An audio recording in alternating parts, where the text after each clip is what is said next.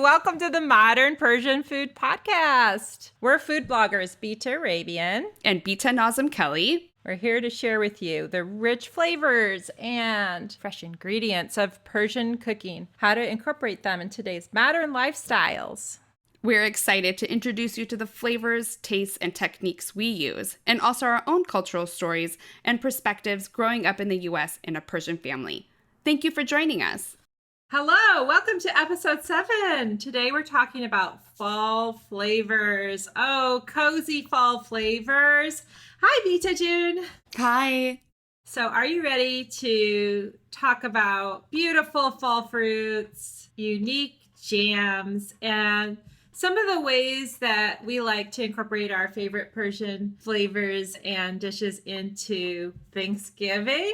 We're going to talk about our favorite recipes, leftovers, fall desserts. So with all of that being said, let's start with fall fruits. I am super excited about this episode because I feel like the fall fruits are just so unique. The pomegranate and the persimmons and the quince, they're exotic in a way. You know, it's definitely some fruits that maybe people haven't even eaten before or definitely didn't grow up eating. And coming from like a Persian background, those were definitely staples kind of in our home. I have really fond memories of my dad sitting and seeding a whole bunch of pomegranates. So you have like a whole bowl of the pomegranate annuals. They're so beautiful. They're like this ruby red color from inside of the pomegranate that stained everything. He would seed like 7, 8 pomegranates at a time, and then we'd all eat it out of a bowl with a spoon with a little bit of salt on top of it. Wow, and that is no small feat. No. My hubby, Bobby, actually loves deseeding too by hand. He finds it therapeutic. It's an act of love too. I love hearing that story about your dad doing that. Yeah, the pomegranate itself, it has like a leathery dark red color. And sometimes the darker the red, the more sweet the pomegranate actually is. But it has like a very leathery skin on it. When you cut it off, there's some white pith inside of it that surrounds each one of the little pomegranate seeds. So when you actually have to deseed it, you have to like take it out one by one, really. And it stains. Not only will it stain like your towel or whatever that you're using, but a lot of times it'll stain your hands. Some people's hands, it stains more than other people's hands, but it can stain. So sometimes you could wear gloves, or you have a good trick that you do to deseed pomegranates. Yes, I have a little cheat, beets cheat. So I have a method that I learned in recent years of deseeding a pomegranate using the underwater method. And it's really easy. For me, I don't quite have the love of peeling it and taking the individual seeds or pomegranate arils out. So I appreciate the underwater method. It's super easy. You just fill up a bowl with water. You do it all in the sink. Wear dark clothes. Like you mentioned, it does stain. But you just remove the top and then you pare it down. You break it apart. And the thing is that those white skins and sections of the pomegranate that you said that's a part of the beautiful fruit.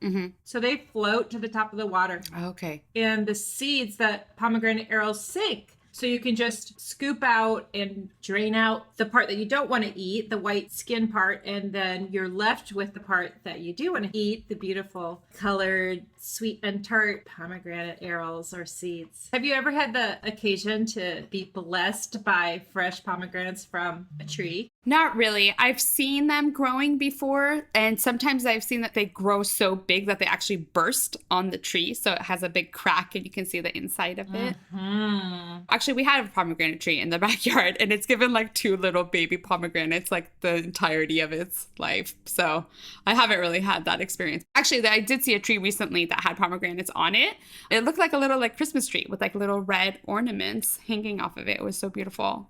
Like most things that you get fresh off of a tree, they are even sweeter and more delicious. We are blessed with a neighbor that has an amazing garden with fruit trees, and she shares her fruits of her garden with us, including pomegranates. Pomegranates are a beautiful fruit. How about persimmon? Persimmons also, when they are bountiful on a tree, I feel like they give a lot of fruit. So if your friend has a persimmon tree too, you're in luck, because if you have a big healthy tree, it gives a lot of persimmon. But persimmon is one of my favorite fruits. And there's two kinds of persimmons. There's the one that's the more flat version, which is like a Fuyu persimmon. It kind of looks like a flattened tomato a little bit, but it's bright orange, and the flesh of it is bright orange. And then there's another type of persimmon called, I can never pronounce it correctly, hyacinth, something like that. I like to call it heart-shaped because it has like a point to it. But that persimmon, you can't eat until it's fully ripened. When you pick it or when you get it and you buy it in the store, usually it's hard. And you can't eat it then. If you did eat it then, it's very like chalky in your mouth. So you let it ripen. The traditional way of ripening it is you put it on the windowsill and you just let it get sun.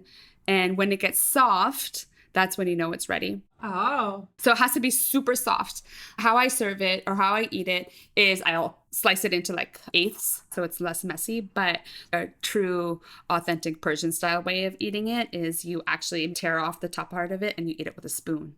Oh. I have to be totally honest. I haven't had a yummy persimmon that I have enjoyed eating. I think it is, like you said, there's the different varieties and getting the ripeness. And then there's a texture issue. Yeah. It's either chalky or it's slimy. You're right. It is slimy. And actually, I've known people who I've served it to and they're like, ew, like, what is this in my mouth? It is a little bit slimy, but it's really delicious. But if you can't get over the slimy, then you have to try the Fuyu kind, the more flat kind, because that's still very sweet and that doesn't have a slimy texture at all. It kind of feels like you're eating like not as hard, but like an apple. Oh, okay. Yeah. Why I love them personally is, like you said, the orange color is so lovely. And the way we like to do fall holidays is we like to bring things from outside to decorate the table. The orange color is so pretty with the little bit of green from the part where the stem was. And that gets me excited. I like to make the table look really pretty. That sounds beautiful. There's another fall fruit too that a lot of people don't know about. It's called quince. And quince is kind of like an apple too. And when it's ripe, it has a really beautiful, intoxicating smell to it. It smells almost like a flower. The season for quince is actually pretty short, and it's kind of hard to get from a Persian market or like a specialty market. And the quince fruit itself is kind of like a pale yellow color. But when you make it into a jam, we talked about this in our last episode a little bit. Someone had asked about quince. When you make it into a jam, it turns from that yellow pale color to like a dark jewel ruby color. That's just so beautiful. And that happens over time as you're cooking it.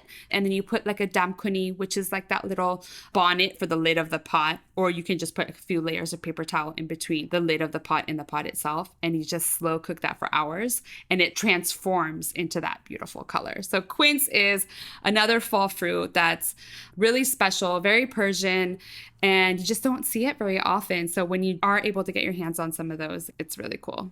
Quince jam is really nice. On the note of jam, I have a couple jams that I make. If you find yourself with an abundance of plums, what I do with my plum jam is I sneak in a little cardamom. I wish I knew the Persian word for it. Hell. Oh, that's so much easier. So what I do with my plum jam, it's really easy, is I just deep hit them and I cook them down. And I actually just use a little bit of honey. Oh, really? It doesn't need much sweetener. It doesn't need any added pectin. It's just an amazing jam. And then I'll take some hell. I'll take some hell with that.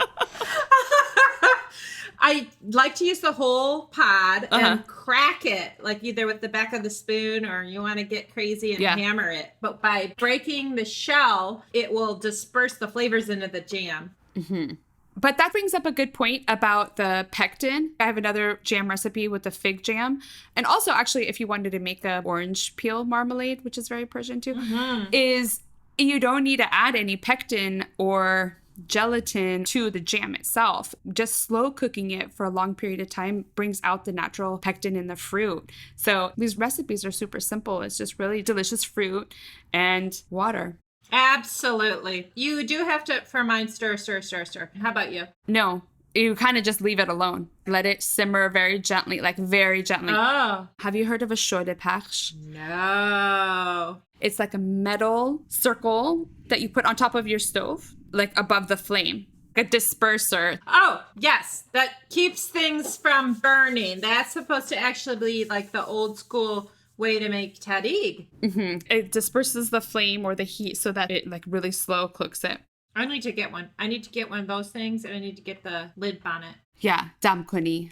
So it's going to be Thanksgiving soon. Oh my God. It's my favorite holiday, Thanksgiving. Yes, it's likewise for our family. In our extended family Thanksgivings, there would be a lot of people there, and even some people that just didn't have anywhere to go. My extended family has been so generous, just including everyone. And we'd go around and say what we're grateful for. But then when it got to my dad, he'd just be like, every day should be Thanksgiving. Every day we need to be thankful. Aww. Thanksgiving is just such a beautiful holiday symbolically. So what are some of your favorite Thanksgiving dishes? You know, I love actually blending the different cultures. I always love having Loobia Polo on Thanksgiving. Loobia Polo, as anyone who's listened to this podcast before knows, that is like one of my favorite rice dishes. And it's green beans and usually beef or poultry if you want, with rice layered with cinnamon and turmeric. But I love it because I feel like it's like a blending of cultures because it has green beans, which is kind of like a traditional Thanksgiving food. You know, I love actually taking that to Friendsgiving. Like last year we did Friendsgiving and I took a big platter of Loobia Polo and I took Tahdig too, the crunchy rice from the bottom of the pot with all the saffron on it. And it was a hit. Everyone loved it. It was different. A lot of people had never tried Persian food before. That's my favorite dish for Thanksgiving. I know I will always have Loobia Polo on my table for Thanksgiving. Oh, that's such a smart and clever way to mix the cultures. I love that because green beans are usually there, right? But then this way you get the rice and something different. Yeah, something a little bit different. And it's rice for people who want something gluten-free. What do you like to have on Thanksgiving? For incorporating Persian culture and rice, what we have is Zereshk Polo, which is traditionally the barberry rice. Barberries is what the English word is for Zereshk, is cooked over the stovetop with butter and sugar, and that's what the dish normally is, and sprinkled on top with saffron over the rice is delicious, tartly sweet. But because it's Thanksgiving, and actually there was a little period of time where Zereshk was really difficult to get a hold of. I don't know if you remember that. Yeah, I mean, now it's not that easy even. I mean, you could get it from a Persian market, but... It's not easy to get. It is also kind of thematic and fun to use cranberries. So yeah, our family for Thanksgiving makes Zereshk Polo with cranberries. And it's colorful and pretty, and it's really good. That sounds delicious. It's not as tart. It's a little more sweet than Zereshk Polo. I might even like it better. So do you put almonds or pistachios or anything in it, like how Zereshk Polo sometimes has? Or is it just those cranberries? So my mother-in-law is the Persian Martha Stewart, officially, of the family. She is the one that has hosted, God bless her, for years and years. And she does not. She does not put any nuts on it. It's just cranberries. That's a great idea. Kind of like the Loobia Polo to incorporate the more traditional Thanksgiving foods, but have like a Persian twist to it. I love that. Yeah. She does everything like big. She does the turkey. She actually does two. And she sends one to our house already in the bag and brined or whatever you have to do. I've never made a turkey. It's on my list. I think this year I'm going to do it. What? That's actually like one of my favorite parts of actual Thanksgiving. I don't really let anybody else make the turkey just because I love turkey and gravy.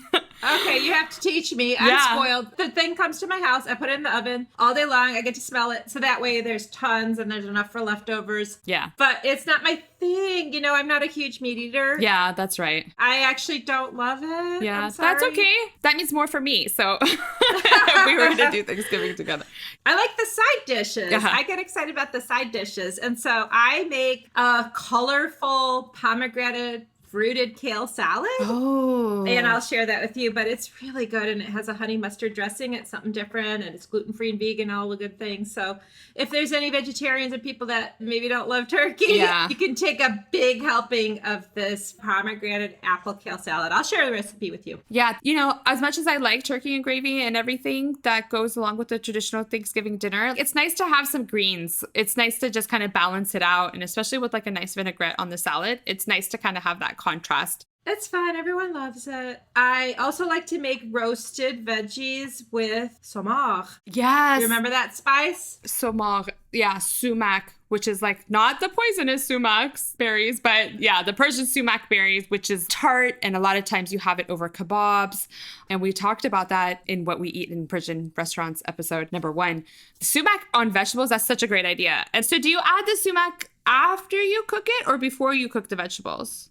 I actually am revising that recipe, so I'll let you know, but it'll be in the show notes. I can't totally remember. I want to say that I probably mix it with olive oil and make sort of like a dressing. Yeah. And then like have all of my vegetables incorporated in a bowl and sort of toss it around and then lay it out on the sheet pan and bake it. Yeah, that sounds delicious. But you could just sprinkle it on. You can sprinkle it on anything. So what are some leftovers? There's always leftovers if you're cooking a lot. Yeah. What are some things that you do with Thanksgiving leftovers? Yeah. We talked about this one time before, but halim is a great thing to make with leftover turkey. So I'll take all the turkey bones and get a big stock pot, cover it with water, and simmer it for like a few hours and get a really great bone broth out of it.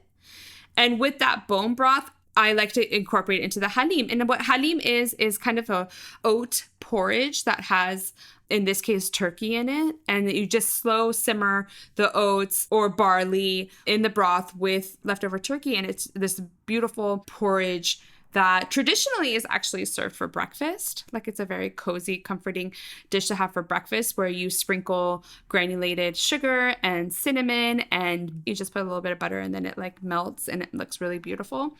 That's like a fun thing to have. Yeah. And, you know, we eat oatmeal every day for a healthy breakfast. And I think it's great. You get some extra protein and use up that turkey and it's comforting and delicious. Yes. Yeah. I like to use the leftover turkey to make tahdig. I have a recipe for tahdig, and that tahdig is a baked chicken and rice casserole. And for me, I make it super easy, modern way. Any leftover rice or any leftover chicken or even just roasted chicken from the market. And I stir up egg and yogurt and saffron and garlic and salt. And I mix rice and I layer it and I put chicken if I have the chicken and I layer it in. And it bakes in the oven in like a glass Pyrex. And then the sides of it all get crispy. So ultimately then when you flip it, it has like the crispy tahdig bottom of the pot from being in the oven. I love it. And that's actually a big family favorite around here. It always goes really fast. Yeah, that's a great way to use the turkey too. I'll have to try that this year. Let's see what we have for Ask the Beats this week. Yeah. Today we have a question from Juliet of Southeast Mexico. Ooh. Yes, she asks us, what do you do? She, I think, has been following, thank you, Juliet, our podcast and knows that there are a lot of Persian recipes that call for the dried lime, limu amoni. And that's not always an easy thing to come across. And so, Bita June, what do you do when you don't have that ingredient and you want to make a delicious sour Persian dish with that? You know, I actually just use fresh lemon or fresh lime juice and add that to the dish. You could also use preserved lemons a little bit too. It doesn't have the tartness of limu amani. So I usually will just use like fresh lime if I can't get my hands on limu amani from a Persian market, or there's online sites that actually sell it too. But you can actually just substitute it for fresh. Yeah, me too. I find I have to use more. The dried is quite potent, and I also salt it up. Yeah, that's a good point. It does need more salt when you don't have it. Even though the limu amani isn't salted, there's just something about the sourness of it that makes it taste like it has more seasoning and more salt to it. True. Well, this has been really fun. I hope you got something out of it. Yeah. And let's just embrace and welcome the season. And I hope that you will try some of these ideas that we shared with you. Yeah. And happy Thanksgiving, everybody. And looking forward to continuing this journey with our podcast with you all. Happy Thanksgiving. If you have any questions, input, ideas of future episodes, please just send us a comment. You can do that on Instagram. Our handle is Modern Persian Food, or shoot us an email at hello@modernpersianfood.com. Thanks, Bita. So you've been listening to Modern Persian Food with Bita and Beata. Thanks for spending time with us. If you enjoyed what you heard today, consider telling your friends or giving us a good rating on iTunes. You can subscribe to our show for free on your favorite podcasting app or find us online at modernpersianfood.com for recipes and info that we talked about today. Thanks so much. We'd love to hear your thoughts and see you next time.